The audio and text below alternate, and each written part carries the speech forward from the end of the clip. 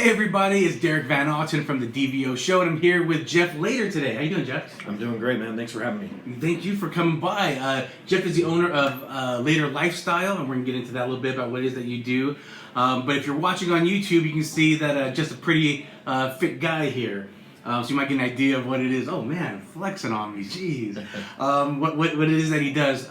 So Jeff, first I want to kind of get to know you a little bit more. Kind of, are you from the Utah area? Kind of give me a little bit about your background. Yeah, so how you got into fitness? Yeah, born and raised in Utah. Grew up in Orem. Okay. And really, I can credit my love for fitness, my passion for fitness, to my mom. Oh, all right. Yeah, she didn't do it intentionally, but she grew up. Kind of, I was an '80s child, so right. aerobics. Me too, yeah. Aerobics was the big thing. Did you watch those on TV, like the spandex, and they're like running? Well, I remember seeing it, but she was going to the classes. Jazzercise? Yeah, well, I don't know if it's jazzercise, but some form of aerobics. I'm joking, it was big back then. Yeah, but she would go to those classes, and I got in childcare watching those things sometimes. Ah, okay. And it was that, and then she would run 5Ks and 10Ks a lot, so she was just always fit and active, and it rubbed off on me somehow. Okay. And as soon as I was allowed access to the gym floor, which I think at the time was 12 years old, okay, I went. You started doing aerobics? No. To the weights. Oh, you went to the weights. Yeah, gotcha. she just like, I'm gonna go to the class. You can go in there. Right. And I don't know how I didn't like lose a finger or I know what you mean. worse. Yeah. Picking those plates up and trying to move them around. But I kind of went from there and never stopped. Wow, that's pretty awesome. Yeah, I'm so big into nostalgia. So when you said that, right away I went to those videos on TV, and they have like. They're jogging in place, warming up. Yeah. They had the 3 tiers, the headbands and wristbands, and they had the 3 tiers. And yep. That's funny. That's right away what I went to. That's funny. Yeah, that's what I remember too. Yeah, I remember I was doing it one time in the living room as a kid, kind of doing that. Because I'm an '80s kid. My dad came home and was like, "What are you doing?" He pulled up and saw me in the window, right? And I'm watching this exercise on TV doing it. He goes, "What people see you doing that when they drive by?" I'm like, "I don't know. They'll think I don't know. Who cares?" Yeah, it's not like a crazy person. Yeah. But it's kind of funny. So that's awesome. So you kind of got into fitness so starting there. You just started obviously you had no good form. You didn't know what you were doing, right? You're just picking up weights. You're like, I just pick up weights. Yeah. How did transition to kind of getting into it more, like learning the right form? Because you got to have the right form, obviously, you're going to hurt yourself. Absolutely. But when you're younger, not as prevalent. Yeah, you can get away with a lot of crap, I think, as a kid. But no, I was a pretty fast runner, sprinter, and so that kind of became my focus, and I did start to train more focused towards leg, and I think my mom did show me some things, and I would always I'd be looking in magazines because it's not like there was YouTube back then. Right. Okay. But I would I'd get magazines here and there and see these guys that are just huge, and I'd look at the diets they were eating, and obviously couldn't even eat half of one of the meals that they were eating in an entire day. But just pick up cues and tips, and I did start training, junior high track team, and oh, nice. And we ended up winning the state championship in high school. So you're pretty lean then. Yeah, I never was overweight. I was always really active as a kid, and then my speed is kind of what led me to train more. Okay. And one fortunate thing, which is not the case for a lot of guys, I trained legs. That was kind of like my focus. Okay. Just because I needed to be fast. And so that makes sense. Leg training was something that I focused on rather than the glamour muscles like shoulders and arms and chest and stuff like that. So yeah, that's kind of where I got my start. Okay. What kind of magazines were you reading? The typical muscle and fitness and whatever had the best cover. All right. Okay, this makes an interesting topic for me. As an 80s kid, what action figures were you playing with? Well, as a kid, yeah, He-Man. Okay. I think I had some G.I. Joe guys as well, which those were the smaller guys, I think. Yes. But I remember the He-Man thing you punch the thing and it would flip. Oh, yeah. I remember that. Yeah. For some reason, I remember that the other day, and I was talking about it with my wife. Oh, funny. I'm like, if you can find one of those, just for nostalgia purposes, right. it'd be really cool. And I asked that because I also played with He-Man and Thundercats. I remember that. Those were two things I was really into. Yeah. But those action figures are built. They are. Like steroid-looking builds. Yeah. Right? And I don't know... Especially He-Man. Yeah. And I don't know if for you, but that definitely ingrained something in me, because when I started weightlifting, I also was in middle school, like 13, like 12, 13, and I literally just went, at the end of the street, there was a little fitness center, and I just picked up a bar and a couple weights. Yeah. You know, I just took it and I just did it in my room. Yeah. With one bar, and I just would I would curl and I do, you know, jacks, and I would squat. I do all sorts of things with just this one bar I had. Yeah. You know, but I totally believe my idea of like having this, you know, bigger sized body was totally ingrained as a kid. With what we were exposed to. What I was exposed to, 100%. I'm not saying there's anything wrong with it. I'm not saying there's anything wrong with it. I know some people might. I don't. But times are a little different now. Times are different now, totally. But but that was what maybe that's why I liked He. Maybe that's why I gravitated to He-Man, because maybe I did like that idea of it. Who knows? You know, something to do with me wanting to be more muscular. Yeah, exactly. Yeah. So I do wonder. I was curious what you did play with and see if you feel like that had an impact on you. Yeah, I'm sure it did. Yeah, I'm sure it did. Because I mean, the He-Man stuff, that was when I was young. What year were you born? 78. Okay, I'm 80, so we're close. Okay. Yeah, so you know, He-Man was probably anywhere from 5 to 10 years old. Yeah, I was watching that stuff. You know, and then as I got older, I'm not even sure what he evolved to. You know, Saved by the Bell and stuff like that. So Kelly Kapowski. Yeah, and there was a kid on what's the guy's name? AC Slater. AC Slater, yeah, and he was muscular too. Yeah. So, yeah, things like that you're exposed to, and who knows, maybe they had an influence on me. I definitely know it had an impact on me. That's for sure. Yeah. So awesome. Okay, cool. Now, so obviously. You're telling me you're training in school, so you're pretty lean. When did it get into for you maybe like the bulking phase? Well, I was never a big guy. Okay. That definitely needs to be established, because I was never like this big hulking strong guy, and if anything, that's probably what drove me to pursue it more. Okay. Is because I was a little on the smaller side. All right. I was always fairly athletic, but I was never the big guy by any means. In fact, even as I got bigger in my later years, it took me a long time to identify with that. And for anybody would say, you know, call me big or something like that, I'm like, are you talking about me? Okay, yeah. I don't even identify with that. Right. But yeah, I was almost like 150 pounds in high school. Okay. So that's, 5'9", 150 pounds, that's not a big guy. Right. You know, and even as I graduated, I remember I got introduced to creatine in my high school years. All right. And it was like $80 for a small bottle. Okay. It was brand new stuff, and I remember I used to pour it directly into my mouth and wash it down with white grape juice. Wow. Because that's what you were supposed to do, apparently. I remember the grape juice, yes. Yep. Yeah, you didn't want to use citrus because apparently citrus fought against it. And anyway, you always want to do grape juice. Oh, huh. So I did that, and I think I did gain, 5 or 6 pounds. Okay. But yeah, my track career did pretty good. I thought I was going to go somewhere, but I discovered that I was white, and I'm not that fast. Just a slow white guy, but but I enjoyed it, and it kind of led to other things in fitness. So then you started saying, okay, I'm going to start hitting the weights more then at that point? Yeah, well, even in high school, I would train every day. Okay. Yeah, and I just developed a passion for it early, and it never died. Okay. Okay. Awesome. Now, talk about Later Lifestyle. How did this come to fruition? What gave you this idea? And what is it that you guys do? So, I never considered fitness to be a career. Okay. And even though I liked it, it was just, it was a passion, it was a hobby. Right. That's all I ever considered. It's something you did. You knew that when you wake up, at some point in the day, you got to go to the gym and work out. Yeah. Yeah. Okay. That's just what I do. It's how I live my life. I never thought it was a way to make money. I'd see personal trainers, and it would interest me, but it wasn't something that I thought I could, make a career. Okay. That wasn't a real job. Right. So I got my degree in marketing and finance. Took some jobs actually in the IT type of field, not programming, but project management, and then I started developing supplements, doing R&D, and developed a number of supplement lines that generated a lot of money, which I saw none of. Oh no. But all the while, I was doing, training on my own. Okay. And I was kind of the go-to guy for my friends and family. Like if they had questions or they wanted to lose weight in shape, they asked you tips. Create some nutrition plans, based on my, fairly limited knowledge, just stuff that I had learned over the years. But yeah, still never considered it a career. Okay. And it wasn't until I had one of my friends reach out to me, because I had been competing for a few years, and one of my friends wanted to try and compete. Okay. And he's like, I don't want to use anybody else, but if you can show me some things, I'll buy you a pair of body fat calipers. Okay. body fat testers, and then I'm like, okay, well, sounds like a good deal to me. Those things are expensive, so I kind of put a plan together for him, and he ended up winning.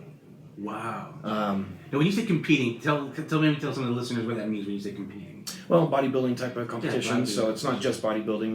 There's other divisions within there, and actually the division he competed in was men's physique, and it was the very first year that was introduced.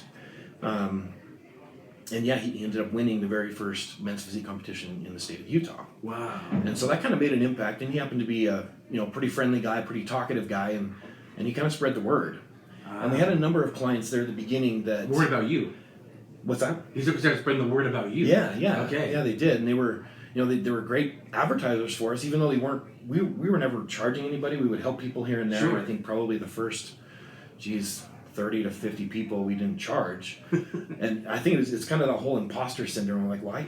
I don't feel like I can charge. Like I feel guilty asking for any sort of money because exactly what you I'm not a real trainer. I don't know what I'm doing. But we started to have some really good success, and then word just spread and spread and spread, and it got kind of overwhelming, and we ended up making it legit. Wow. And my wife was helping me during this entire process, obviously, and she's very much into fitness, and so we kind of started doing it together, and met with people in our kitchen table at our home, and that's how we got our start. That's pretty awesome. How did you yourself get into competing in the competitions? It was always something that I wanted to do. Okay. Did you watch some of those at a younger age? Well, they used like Arnold Schwarzenegger, for example. People may not know this, but they actually used to be on TV. Yeah. I remember that as a kid, and I remember seeing it. It was rare; you didn't see them that often, but they did happen to be on ESPN. Once in a while. I remember. And magazines, and that was the biggest exposure to it. And I would see guys at the gym, but I never considered myself big enough. I'm a small guy. I'm never going to be big enough to compete in one of those things. Breaking 175 pounds was a miracle. Gotcha. And so anyway, but it was actually after I went through a divorce. Oh. I got married. We were only married for about 2 years. It was not very good for me, which divorces are never good. Sure. But it was one of those things where everyone says to focus on yourself. Yeah. I didn't do it by anybody's advice. It just kind of naturally happened. I'm like, well, I don't have anything else to worry about. I'm just going to do this. And I kind of lost myself in the gym. Oh, okay. Started going twice a day, and met my future wife. And she was getting ready for a competition. And she did her first one, and I actually told her to stop doing it because she, it was competition prep is hard, and she was struggling through it. And I'm like, why are you doing this? I think you should stop. This sounds terrible. And anyway, she did it. She did great. Encouraged me to do it, and I did about 8 months later. Wow.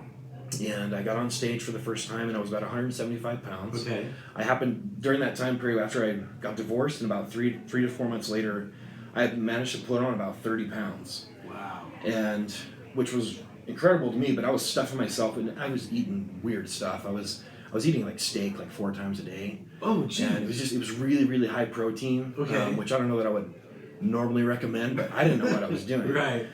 People were asking me what I was doing. I'm like, I'm just eating. I'm finally putting a bigger emphasis on eating, and okay. Yeah, I gained the 30, but then I kind of lost quite a bit of it as I got ready for the show, and ended up around 176. Wow. On stage. So now, and then that was my first show in 2009, and turned pro in 2018. Awesome. And after about 40 shows, may or may not be retired at this point, but yeah. How is that? I mean, that's a lot of sacrifice getting ready for competition. A ton of sacrifice. It is. A ton of work. Like, how many times did you just want to quit? I think every prep that I've been through, yeah, you have that desire to quit. Okay. And I think am I doing this to myself? Oh yeah, you question why am I even doing this? Okay. I could be having donuts that I love. Why am I? This is such hard work, and no one really understands it except me. Yeah. Okay. So yeah, I definitely feel those things. All right. Yeah, it's definitely hard work. Yeah, that's for sure. I definitely had thought about it, but it just never came about. But yeah, I love the challenge of it. It's great. The actual getting on stage isn't my favorite part. Okay, like because you're super nervous, or you feel like you're being judged. I'm an introvert. Oh, okay. I always have been. Bodybuilding has kind of changed that. I'm definitely more extroverted than I used to be, but I'm a naturally shy guy. I don't like attention. Getting on stage wearing next to nothing was something that just terrified me. Oh, I can't imagine. And but after I did it the first time, it was, it was really empowering. But the actual getting on stage isn't, again, still not my favorite part to this day. It's what I'm able to do, the changes that I'm able to make to my body. That's the cool part. That's what I love. Okay, very cool. I can't imagine. Yeah, you're right, because you're wearing almost nothing. Yeah. You're out there. Who actually puts the tanning on? They'll spray you the day before and then the morning of, and then you actually get oil slapped on you. Okay. So it just helps see the muscles under the lights. Right. Yeah, because I'm sure a lot of people wonder why that.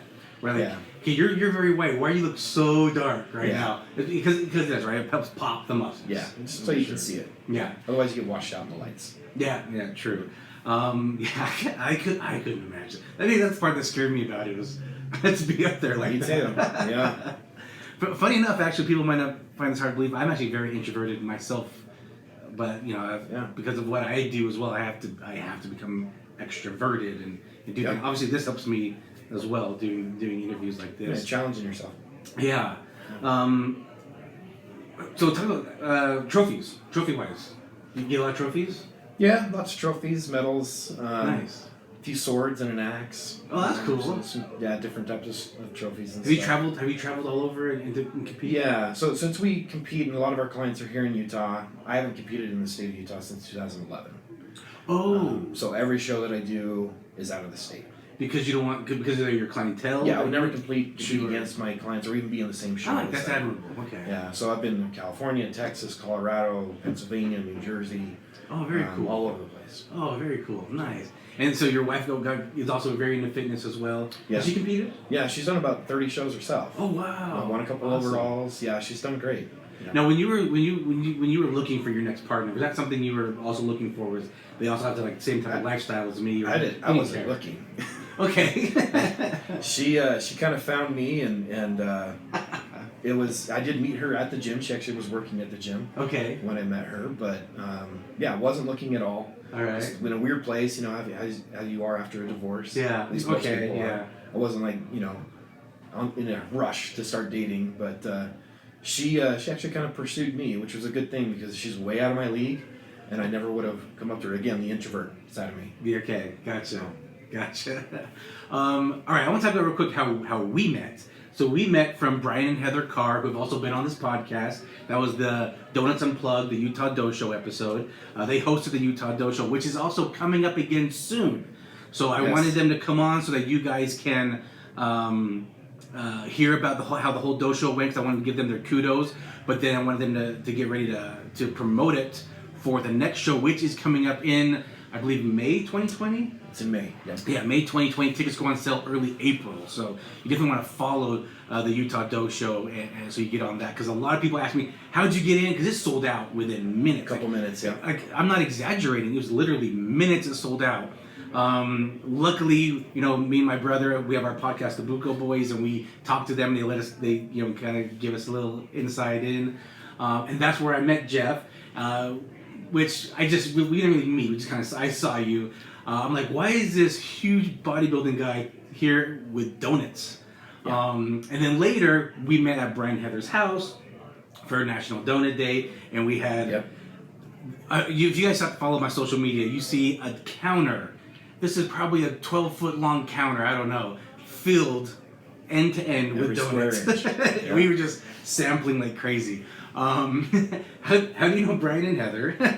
And then, how big is your love for donuts?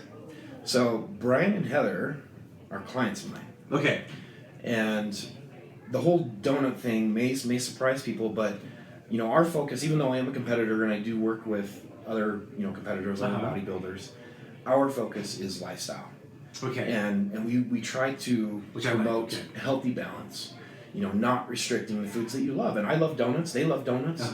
And you can be fit and eat the things that you love. And we try to show people that. And because it's often misunderstood. We are told that foods are good and foods are bad. And we look at things in a black and white sense. And it's really not like that. Yeah. You look at a donut, and donuts is just carbs and fats. Sure. And your body processes that and breaks it down the same as it would, rice and avocado. Okay. Nutrient density aside, they're about the same in terms of energy. Gotcha. So okay, we try to help people understand that, and our involvement with donuts is just Brian and Heather and my wife and I, we love donuts. Sure, yeah. So we share that passion. We've traveled all over, going to different donut shops sometimes. We've done a tour of donut shops in LA. Have you? Okay. Yeah, and obviously we helped them put on the DVO Show here locally, and it's just, I think we need to break that belief that you can't eat certain things. Yeah. Other than allergies aside, if you're not having to deal with that, there's no reason to restrict. Okay. So I want to ask you some questions. I've also been in the fitness game for a long time, really interested in fitness. Like you, I've seen many phases come through. I saw the high protein or only protein. I've seen milkshake only. I've seen HCG. Fat's bad. Yeah, carbs fat's bad. Carb bad. Atkins. Paleo. Yeah. Keto. I mean, what do you think about these quote-unquote fads? Well, I'm against every single one of them. Okay, me too. Okay. I know that some of them have helped a limited number of people. Yeah. But most of the time, any results that people are getting from basically any diet that has a name, anything that's been coined a certain term, they're temporary. Yes. And any results that you get are not long lasting, and in the end, you're worse off than where you started. Yeah, and that's why I like your attack of lifestyle. Yes. It's not diet, right? It's not a diet. It's a lifestyle. Diets inherently have an expiration date. Absolutely. Because you see, I think maybe it was one of your posts that I saw. I saw a post. It showed it was a before heavy, after skinny, after diet, then there's after the after. Yeah. Was that yours? After, yeah. That was yours. Okay, yeah. And they go back to being a little heavy again. Usually heavier. See, yeah, exactly. Because you're. Yeah. I don't know how exactly how that works, but it's your body overcompensating or. Yeah, so the term is actually called fat overshooting. Oh, okay. And typically, so if you're focused on the scale, let's say you do the ketogenic diet, which is obviously the most popular right now. Right now, yeah. You oftentimes lose muscle in the process of losing weight. Okay. And because of that, when you regain all the weight back, you're not going to regain the muscle lost. Okay. So whatever weight, let's say you end up, you lose 30 pounds, you gain back 30 pounds. Yeah. 30 of those pounds, or 10 of those 30 in the beginning were muscle, but when you gain the 30 back, it's all fat. I gotcha. So your body composition ends up being worse in the end. Metabolic rate. Thought about that. Yeah, metabolic rate suppressed, hormones suppressed, and you end up being way worse off.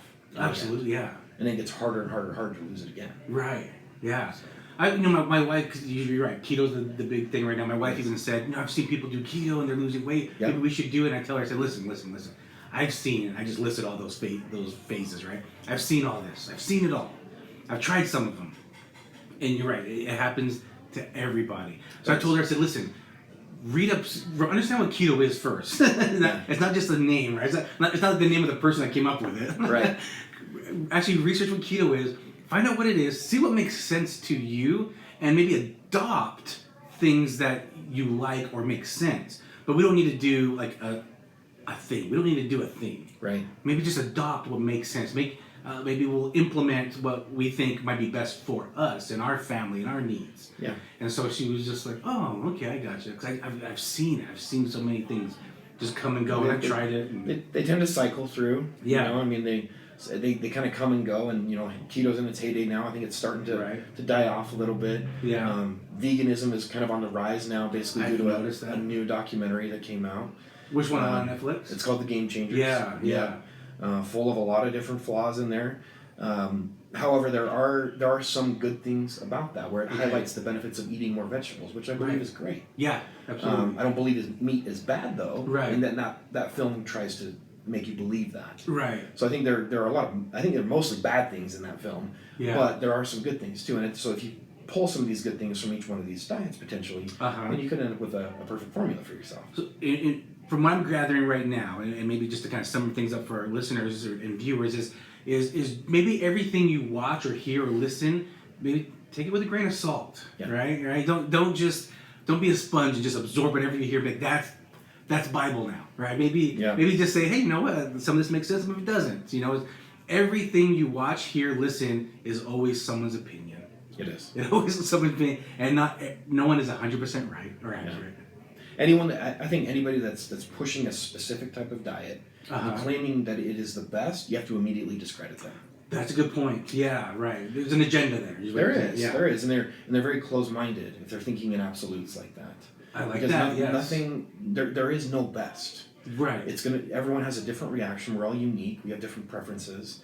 And, the ketogenic diet, even though it may seem unsustainable to a lot of people, it is sustainable for some. Right. But that's one thing that I think a lot of people it's a question they have to ask themselves. If you're considering a diet, can you see yourself doing this for the rest of your life? Lifestyle change. Right. Yeah. Right. And, I'm gonna pick on the keto diet again. Okay. No carbs. Okay. Right? So donuts would not be right. not so be already X. Unless you get some sort of weird keto diet or keto donut that's going to be not the same. Right. That's not something I want to do. And my view on that is like, why? Why restrict something like that if you don't have to? Sure. And I don't believe anybody has to restrict. Right. Yeah. You just have to find a balance. And you need to find what works best for you. Gotcha. So some of your things that you do when you're training your clientele, the information you've gathered, is that from just like your research? Is that from like magazines? Because honestly, a ton of my information came from those magazines. Yeah. Weeder, Muscle and Fitness, Men's Fitness. Like I religiously would read those, especially like when this is before smartphones, so on the toilet, that's what I had behind me were these magazines, and that's what I would read on the toilet. We didn't have smartphones back then. So a lot of my information came from that. I always take everything with a grain of salt, but a lot of my information came from that. Like, where did some of your information come from? So I think initially a lot of it did come from sources like that. But you do start to see, and everybody will discover this if they start researching, you'll find conflicting ideas. Sure, yeah. And you start to discover that a lot of these articles that are written are based on opinion and maybe their own personal experience, but not based on clinical data. They're not based on even their own anecdotal evidence. Right. They're based on opinion. Yeah. And so a lot of stuff that I've learned has been through experience, but I'm always studying. I like that. I will never know everything. Absolutely. No one ever could. There's like so that much approach. to know. You always need to be learning and staying up to date because there are new studies coming out. In fact, ironically, on the same date, it was like the same week that the Game Changers was released. Okay. There was a study that came out that said red meat is not bad for you. Interesting. And there was from different sides of the argument. Some people believed it was a coincidence, or there wasn't a coincidence. They were released on the same date. Okay. However, a study has to be, submitted for publishment, months and months in advance. That's true. Yeah, you're right. Yeah. But it was long believed before that there was a direct link to cancer and high cholesterol and all these negative things associated with red meat. And then after doing this huge meta-analysis, which is an analysis of multiple clinical studies, it's time. Interesting. Yeah. Yeah. Would you recommend someone today eat 4 steaks a day like you did through that phase? Probably not. I think that's a little bit excessive. I think a good balance with everything, having a wide variety of foods, wide variety of food sources is good. I do eat red meat at least once a day. Okay. That's out of preference. How do you like your steak? Medium rare. Medium rare? Okay. Yeah. I like my medium. Okay. I like that. My wife's a little more on the rare medium side of things. I can't quite do that, but I couldn't either. Medium rare, pink in the middle is good. Okay. But sometimes due to the volume that I eat, I think ground is a little bit easier to get down. Oh, it's true. Yeah. Okay, that's true. All right. So what's like one of your favorite meals? Like if you're like, I don't know, it makes you feel good because you're like, okay, it's also healthy, but also it hits those endorphins where you just kind of get it's that feels good type of meal. That definitely, there's no go-to because it'll vary. My appetite is all over the place and preferences will be all over the place. But one thing that is unique is that, because a lot of people don't like this, but I really love whitefish. Okay. And whitefish paired with jasmine rice is one of my favorite meals. Like halibut or? Yeah, halibut, cod, orange roughy, even tilapia sometimes, even though it's not a great source. I love it. And fish is one of those things that a lot of people don't like. I'm half Filipino, so I love fish. Good. One of my favorite things is where I feel like I ate good, but also like it really keeps on endorphins. Where I feel like excited about the meal is a medium steak with sweet potato or yam. Yeah. For me, it's just like. Well, sometimes that's exactly what is gonna hit my taste buds the best. I love a lot of different types of foods. Nice. And I am pretty picky, unfortunately, as my wife likes to point out to me all the time. Okay, if you were going to say you had like a last meal, all right, you knew it's the end and you get one last meal, what's coming on your plate? Donuts. Nice. Oh, yeah. It's going to be donuts. It's the last meal. I'm not eating, fish and steak, and even though those are good things, but I'm going to eat the indulgences. Nice. Yeah. I love that. Yeah. So talk more about your company. How can people contact you? Where can they find you? What is that you'll be doing with them if they come to you? Yeah, so we work one-on-one with everyone that comes to us, and everything that we do is customized. So people contact us through social media, through my Instagram, our company's Instagram, our website. We work on a kind of an application-only basis. We want to make sure that it's a good fit. Oh, okay. Nobody can go to our site and just pay us. Got it. We're not here to take people's money. You're a hands-on approach, that's why. Very much so. Yeah. Yeah, in fact, I have a rule that in order to work with us, you got to talk with me. And so when somebody submits an application, they schedule a call with me, we chat over the phone, I get an idea of what they're trying to achieve, and I want to make sure it's a good fit. If somebody's trying to, lose a whole bunch of weight in 3 weeks to get ready for a vacation or a wedding or something like that, I'll send them somewhere else. Got it. Because that's not what I'm interested in. I'm interested in lifelong change, lifestyle change, and doing it the right way, not in some quick fix where you're losing weight in a rapid rate is not healthy. It's not good for them. And it won't help them in the long run. And I'll put all your information in the description. So if you guys are watching on YouTube or listening on the podcast, I'll put everything in the description of where you guys can reach out to Jeff and find him. So that'll be great. I mean, this time of year, this is the early part of 2020. And obviously, the beginning of the year, people have two focuses. It's usually fitness and finance. Yeah. Right? And so, hey, look at that. Tag team out. That's what I do. Finance, fitness. There we go. All right. Help you guys out. But anyway, like, what tips would you give someone that's, I don't know, like they're, okay, I want to make a lifestyle choice. What would be maybe like a first general tip, just as some of the listeners, just as a generalization? Well, I think you want to try not to bite off more than you can chew. Okay. And that's obviously like 50 pounds this month.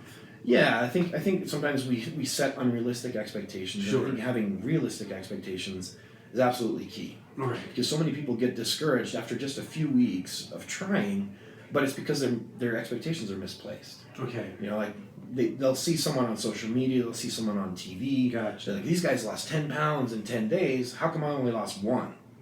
Okay. Yeah. And they go along and it might be slow for them. And if it's not going at the rate that they think it should go, they give up. Yeah. And so I think that you need to have the expectations set properly. Okay. We always say you want to take it one day at a time, and just focus on what you need to accomplish that day. Okay. If you're focusing on the end goal so much, and you start to compare where you're at now versus where you want to be, the disparity there can be incredibly discouraging. Right. And so instead of focusing on the end goal, focus on what you need to do today. I like that. Because those little things that you do each day will add up to the end goal. I like that. And if you are just losing a half a pound every 5-6 days, if you keep going, at the end of the year, you'll definitely be at your end goal. Yeah, exactly. I like that. I like that. And it's more realistic. Yeah.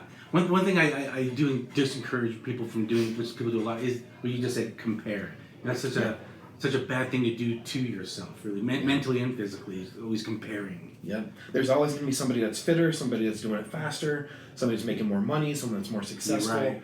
And you get compared into that comparison mindset, you're just going to discourage yourself. It's unnecessarily. True. It's totally unnecessary. Yeah, I totally agree. What are some of the things that you're seeing right now? Because obviously, I'm sure your mind has been changed. Like you maybe would talk about one topic and believed in one topic, and then maybe that's probably shifted a little bit. Yeah. As things have changed, evolved, more science comes through. Yeah. I'm sure that's happened a lot. What's something that you're kind of more adamant about today? Well, I would say one thing that's shifted. Okay. Back when I first started doing this, it was kind of like you need to eat every 2 to 3 hours. Sure. Okay. And that boosts your metabolism every time you do that. That's not true.